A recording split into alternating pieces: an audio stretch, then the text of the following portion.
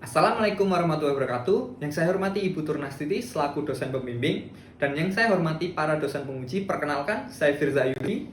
Di sini saya akan mempresentasikan hasil tesis saya yang berjudul Pengaruh Kepemimpinan Otentik Terhadap Kinerja Karyawan dengan Komitmen Afektif sebagai Pemediasi. Studi ini dilakukan pada PT Sukanda Jaya Yogyakarta. Yang melatar belakangi penelitian ini, seperti yang sudah kita bersama bahwa pandemi COVID-19 ini sudah melanda dunia lebih dari 2 tahun. Namun dengan terus didorongnya program vaksinasi, hal ini diharapkan dapat menekan angka infeksi dan terus mendorong pertumbuhan perekonomian secara global. Pada tahun 2021 yang lalu, Amerika Serikat dan Singapura sudah mengalami pertumbuhan ekonomi ke arah yang positif, masing-masing sebesar 0,4 dan 0,2. Diikuti dengan rebound perekonomian Tiongkok menjadi 18,3%. Namun belum semua negara mengalami peningkatan yang positif, masih terdapat beberapa negara yang mengalami kontraksi, salah satunya adalah Jepang. Mereka masih mengalami kontraksi sebesar 1,9%. Di Indonesia sendiri, pada triwulan 1 tahun 2020 yang satu lalu sudah menunjukkan perekonomian ke arah yang positif. Hal ini bisa dilihat dari semakin menurunnya angka kontraksi sebesar 0,74%. Indonesia juga diproyeksikan akan terus meroket sebesar 4,8% pada akhir tahun 2021 dan awal tahun 2022 ini. Meskipun begitu, pemerintah tetap waspada, sehingga pemerintah mewajibkan perusahaan yang ingin beroperasi selama pandemi mengantongi izin operasional dan mobilitas kegiatan industri.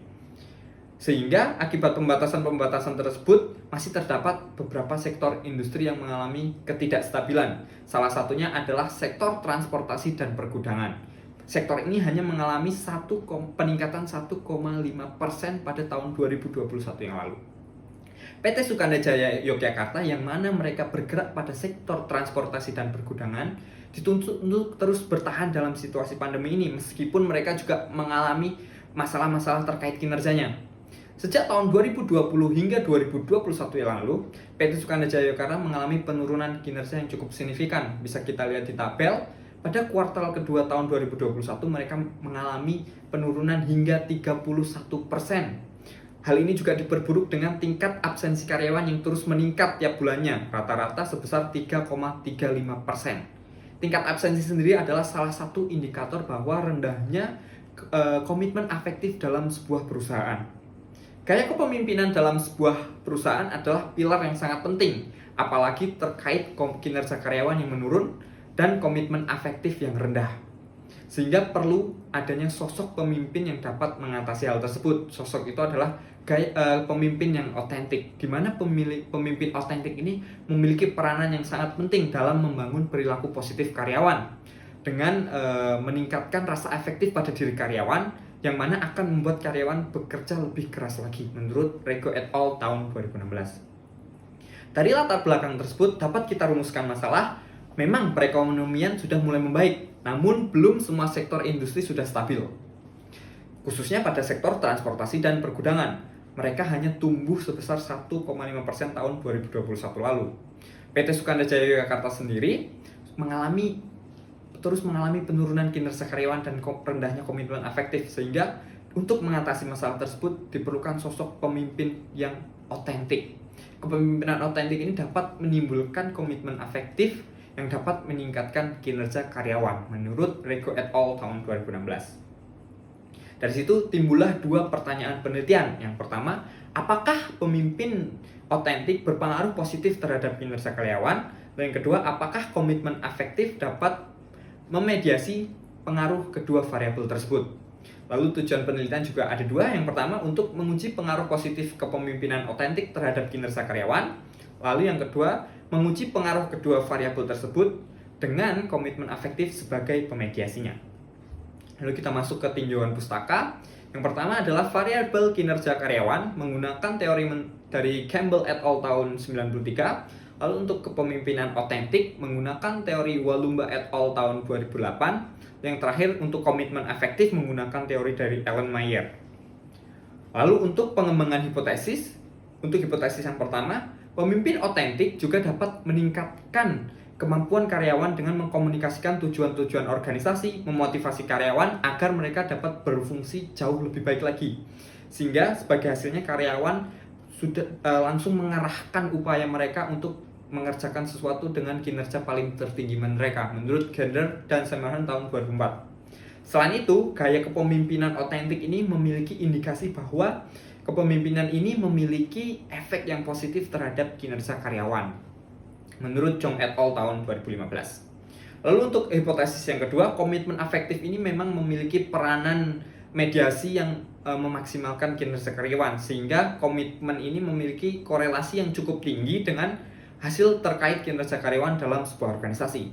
Karyawan akan lebih memiliki ikatan efektif pada suatu organisasi ketika mereka sudah menganggap bahwa pemimpin mereka menerapkan gaya kepemimpinan otentik, sehingga dapat menghasilkan kesediaan untuk bekerja melebihi ekspektasi kita semua, menurut Rego et al. Tahun 2016. Sehingga model penelitiannya sebagai berikut. Lalu kita masuk ke metode penelitian. Yang pertama ada pengumpulan data, di mana pada penelitian ini menggunakan purposive sampling dengan 3 kriteria. Yang pertama adalah karyawan tetap PT Sukanda Jaya Yogyakarta, di mana karyawan tetap sudah mengalami semua kebijakan-kebijakan perusahaan, lalu bekerja lebih dari 2 tahun, karena sudah mengalami di zaman sebelum pandemi dan sesudah pandemi. Lalu yang ketiga, bekerja dengan atasan yang sama selama 6 bulan. Waktu ini diharapkan mereka sudah mengenal atasannya secara langsung. Lalu dengan data primer, populasi sebesar 118 karyawan yang sudah disebar kuesioner pada tanggal 1 hingga 7 November 2021 yang lalu. Lalu untuk instrumen penelitian, peneliti menggunakan skala ordinal Millett Likert, di mana pada variabel kinerja karyawan terdapat 5 item yang diadaptasi dari Walumba.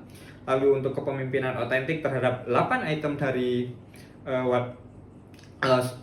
untuk kinerja karyawan terdapat 5 item diadaptasi dari Rabbani. Lalu untuk kepemimpinan otentik terhadap 8 item adaptasi dari Walumba.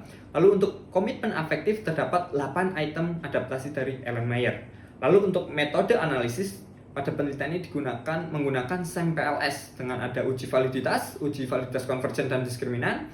Lalu untuk uji reliabilitas ada correspond alpha dan composite reliability.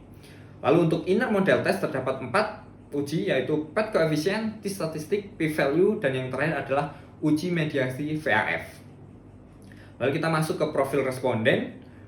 Total responden yang terkumpul sebesar 94, di mana yang berwarna kuning ini adalah persentase tertinggi tiap karakteristik. Jadi paling tinggi ada laki-laki dengan umur di bawah dari 31 tahun yang bekerja di bidang logistik dan memiliki pendidikan terakhir SMA atau sederajat. Lalu kita masuk ke outer model. Yang pertama adalah uji validitas konvergen. Bisa kita lihat bahwa untuk faktor loadingnya semuanya valid karena lebih dari 0,5. Lalu untuk nilai FVE-nya juga semuanya valid karena semua variabelnya juga nilainya lebih dari 0,5. Lalu kita ke uji validitas diskriminan, di mana nilai akar kuadrat AVE-nya dari semua ketiga variabel nilainya sudah lebih dari tiap-tiap konstruknya sudah lebih. Lalu untuk uji reliabilitas, nilai correspond alpha dan nilai composite reliability-nya dari ketiga variabel nilainya sudah lebih dari 0,7, sehingga dapat kita katakan bahwa penelitian ini sudah valid secara konvergen dan diskriminan. Dan untuk secara reliabilitas, penelitian ini sudah reliable. Lalu kita masuk ke statistik deskriptif. Yang pertama adalah variabel kepemimpinan otentik, di mana rata-rata indikator terendah ada pada item KO8. Untuk variabel kinerja karyawan, rata-rata tertinggi pada variabel ini ada pada KK3 dan KA4. Lalu untuk komitmen afektif, rata-rata indikator tertinggi ada pada KA8. Lalu kita masuk ke perhitungan inner model atau uji hipotesis. Kita bisa lihat yang pertama adalah nilai direct effect, di mana yang perlu kita lihat hanya pengaruh KO ke KK saja, di mana p-value ini di sini sudah menunjukkan nilai kurang dari 0,05, dan untuk t-statistiknya sudah menunjukkan nilai lebih dari 1,96. Gambarnya seperti ini, sehingga sebenarnya sampai sini kita sudah bisa menentukan bahwa hipotesis pertama itu terdukung karena secara statistik memang sudah memenuhi persyaratan. Untuk mengetahui hipotesis 2, kita perlu melihat nilai dari indirect effect dan total effect, di mana untuk indirect effect ini juga p-value-nya sudah kurang dari 0,05, t-statistiknya juga sudah lebih dari 1,96, total effect-nya juga begitu. Kita lihat di pengaruh KO ke KK-nya saja, p-value-nya juga sudah kurang dari 0,05, t-statistiknya juga sudah lebih dari 1,96. Sehingga secara statistik mereka memang sudah memenuhi persyaratan, sehingga kita dapat melakukan uji mediasi VAF dengan cara nilai indirect effect dibagi dengan nilai total effect sehingga menciptakan nilai VAF. Jadi 0,63 dibagi 0,915 menghasilkan nilai 0,691 atau 69%. Sehingga jenis mediasi yang dihasilkan adalah mediasi parsial. Sehingga jika kita rangkum hasil pengujian hipotesis ini, yang pertama, untuk hipotesis 1, kepemimpinan otentik berpengaruh positif terhadap kinerja karyawan, terdukung. Untuk hipotesis 2, kepemimpinan otentik berpengaruh positif terhadap kinerja karyawan dengan komitmen afektif sebagai pemedisi, terdukung secara parsial. Lalu kita masuk ke pembahasan. Untuk yang pertama, hipotesis 1, nilai rata-rata variabel kepemimpinan otentik menjadi nilai yang paling rendah dibandingkan variabel lain di penelitian ini, sehingga kita bisa ketahui bahwa di PT Sukanda Jaya Yogyakarta ini atasan mereka masih belum menerapkan kepemimpinan otentik secara maksimal, secara sempurna. Hal ini juga didukung di mana item KO3 dan KO4 merupakan item yang paling rendah, di mana atasan masih belum jelas dalam mengungkapkan maksud yang dia inginkan, dan atasan juga belum mau mengakui kesalahan-kesalahan yang dia perbuat. Nilai rata-rata indikator kinerja karyawan yang paling rendah juga pada kinerja karyawan ada pada KO2, yang mana pernyataannya saya selalu mencoba untuk bekerja sekeras mungkin, sedangkan untuk rata-rata indikator tertinggi kinerja karyawan ada pada item KK4, di mana pernyataannya saya sering melakukan pekerjaan dengan lebih baik dari yang diharapkan, sehingga dapat dikatakan bahwa meskipun karyawan sudah merasa mereka menghasilkan pekerjaan lebih dari yang diharapkan, sebaiknya mereka tetap terus mendorong pekerjaan sekeras mungkin agar hasilnya juga terus maksimal.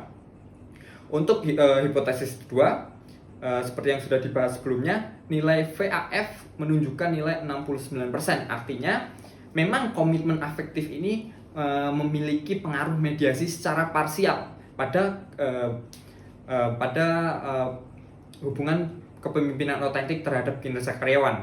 Hal ini juga didukung dengan nilai PET koefisien pada pengaruh langsung, pengaruh KK ke pengaruh KO ke KK dengan nilai 0,294. Ini, dan jika kita masukkan pengaruh mediasinya, kita masukkan komitmen afektif, maka nilainya akan bertambah menjadi 0,63. Untuk nilai rata-rata indikator paling rendah pada komitmen afektif ini ada pada berada KA6, di mana mereka karyawan ini masih merasa mereka tidak memiliki keterikatan secara emosional pada perusahaan. Sehingga pada dari pembahasan tersebut kita dapat menarik kesimpulan, dapat menarik saran. Yang pertama, menumbuhkan hubungan yang transparan dan terbuka antara karyawan dan atasan. Hal ini bisa kita lakukan dengan rutin melaksanakan briefing antara karyawan dengan atasan, dan juga bisa memberikan sarana diskusi umum antara pihak manajemen dengan pihak karyawan-karyawan per bidang. Lalu kita juga memberi saran yang kedua dengan mendorong empati karyawan untuk dapat bekerja lebih keras lagi. Hal ini bisa dilakukan dengan pembaruan sistem shifting yang sudah usang, yang sebelumnya sudah usang, dan pemberian pekerjaan yang lebih menantang kepada karyawan agar tidak monoton. Lalu yang terakhir, dengan menciptakan pengalaman kerja yang lebih menyenangkan bagi karyawan. Hal ini bisa dilakukan dengan membuat kegiatan yang menciptakan kedekatan antara atasan dengan karyawan, atau dengan karyawan dan karyawan itu sendiri, antar karyawan, atau menerapkan sistem reward yang tidak hanya berdasarkan pada target pekerjaan, namun bisa dari etika mereka, keterlambatan mereka, dan lain sebagainya. Cukup sekian presentasi dari saya. Semoga bermanfaat. Jika ada kesalahan saya mohon maaf. Terima kasih. Wassalamualaikum warahmatullahi wabarakatuh.